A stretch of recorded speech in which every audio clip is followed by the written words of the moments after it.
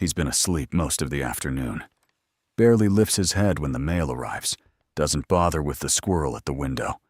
His back legs don't work quite the way they used to, and some days it takes him a minute to remember where he is. But the moment a specific car pulls into the driveway, something changes. He's on his feet before the door even opens. His whole body is moving. Whatever fog had settled over him is gone. It's not just loyalty. It's not just habit. There's something much older and stranger happening inside that dog, and scientists only recently started to understand what it actually is. Here's what we're getting into. Why does an aging dog, one who seems to have lost interest in nearly everything, still have this one person who can turn the whole world back on? Why is it always one person, not the whole family, not whoever feeds him most, not whoever plays with him the longest? And why does that choice seem to get more locked in, more intense, the older a dog gets? Not softer. More. There's also this. In 2015, a team of researchers published findings in the journal Science that described what happens in a dog's brain when they look into their person's eyes. What they found was the same biological chain reaction, the same hormones, the same neural pathway that human mothers and their newborn babies use when they bond. We'll get to that. And underneath all of it is a moment, one that passes without any of us noticing, where a dog quietly decides, this is the one, and they don't change their mind. The science started somewhere unexpected. There's a test called the Strange Situation Test. It was designed in the 1960s by psychologist Mary Ainsworth to study how human infants bond to their mothers.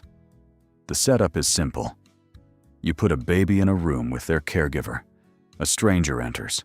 The mother leaves. You measure what happens to the baby. The data from those tests became the foundation of attachment theory, the idea that early bonding shapes not just behavior, but the entire emotional architecture of a developing mind.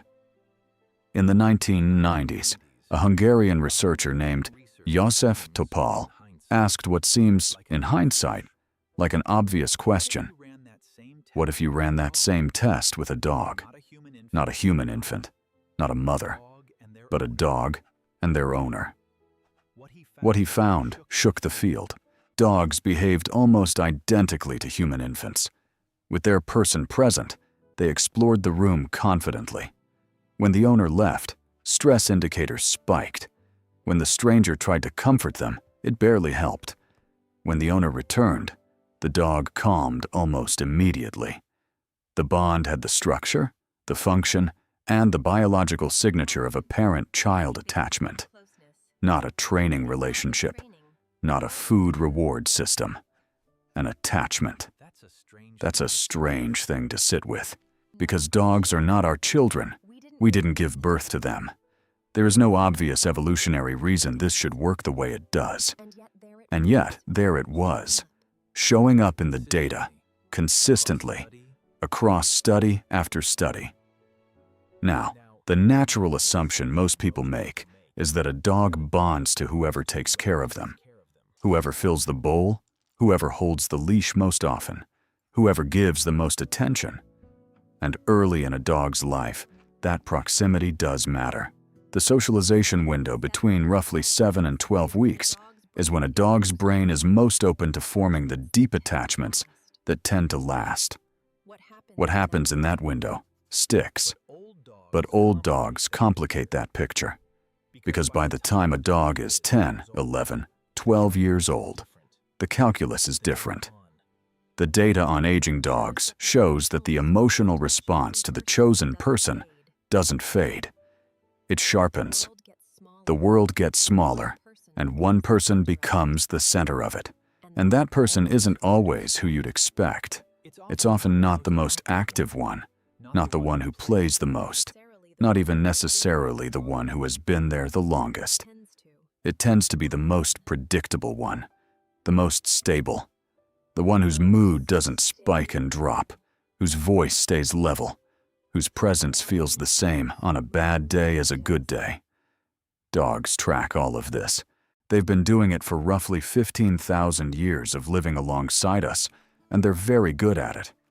Which brings us back to that study. In 2015, Dr. Takafumi Kikusui and his team at Azabu University in Japan published findings in Science that reframed how researchers think about this bond. They placed dogs in a room with their owners and measured oxytocin levels in urine before and after the session. Oxytocin is the hormone associated with trust, bonding, and love. It's what floods a mother's system when she holds her newborn. What Kikusui's team found was this: when dogs spent more time looking into their owner's eyes, both the dog and the owner showed significant increases in oxytocin. The gaze triggered it in the dog, which triggered a response in the owner, which increased the dog's gazing behavior, which raised the oxytocin further. A loop, a self-reinforcing biological loop, running between two entirely different species. Then they tested it with wolves raised by humans under identical conditions. The wolves did not show the same effect. This loop wasn't ancestral. It was built, carefully, over thousands of years of domestication. As Kikusui put it, dogs had essentially hijacked the bonding system humans use with their own children. Think about what that actually means. The animal lying at your feet didn't just learn to like you. It evolved across millennia to plug directly into the deepest attachment circuitry in your brain. You are not just someone it's comfortable around. You are, neurologically, the closest thing it has to a parent. And when a dog gets old, when their senses start to go, when familiar rooms start to feel less familiar, that's the relationship they reach for. If you have a dog getting older, pay close attention to the next few minutes. There is a condition that affects more than 60% of dogs past the age of 11, and most families don't recognize it until it's already progressed. It's called canine cognitive dysfunction, and it's neurologically similar to early Alzheimer's in humans. The same type of beta-amyloid plaques in the brain, the same progressive confusion. Dogs with it get disoriented in rooms they've lived in for years, forget where the door is, wake up pacing at 3 in the morning, and almost universally, they become more attached to one person, more dependent, more insistent. If you've noticed this shift in your own dog, it's worth talking to a vet. And if this is the kind of content you want to go deeper on, the science behind what's happening in your dog's aging brain, subscribe now. That's exactly what this channel is here for. What's happening in a dog with cognitive decline is that their world is literally shrinking. Hearing fades, vision dims. The brain processes even familiar environments more slowly, but the sense of smell holds on longer than almost anything else. And the person they've chosen doesn't need to be seen or heard to be identified. You have a scent signature as specific to your dog as a fingerprint. You are, to them, a navigational landmark. This is why old dogs become shadows, following their person from room to room, reluctant to let them out of sight, anxious when they disappear behind a closed door. Researchers call it Velcro behavior. It can look like excessive attachment, but it helps to understand what it actually is. For a dog who can no longer fully trust their senses, your physical presence in the room is information. Useful, orienting, stabilizing information. You being there tells them where they are. There's one more layer to this, and it changes how you think about the whole thing. A study published in Sweden looked at long-term cortisol levels in dogs and their owners by measuring the hormone in hair samples. Hair cortisol is a record of chronic stress over weeks and months, not just a snapshot of a single moment. What the researchers found was that the dog's cortisol levels tracked their owners' levels over time. When the owners carried more stress across months, the dogs did too. They called it the first documented case of long-term stress synchronization between species. Your dog is not just reading your mood in a given hour. They're absorbing it across months. Their stress levels, measured in their body's own chemistry, reflect yours. So when an old dog narrows their world to one person, what they're doing is more specific than choosing a favorite. They're choosing the nervous system that makes their own feel calm. The person whose cortisol doesn't spike unpredictably, whose presence is consistent, whose arrival at the end of the day still means the same thing it meant 3 years ago. The dog lying on the floor who barely reacts to anything but comes fully alive the moment you walk in has not just grown fond of you over the years.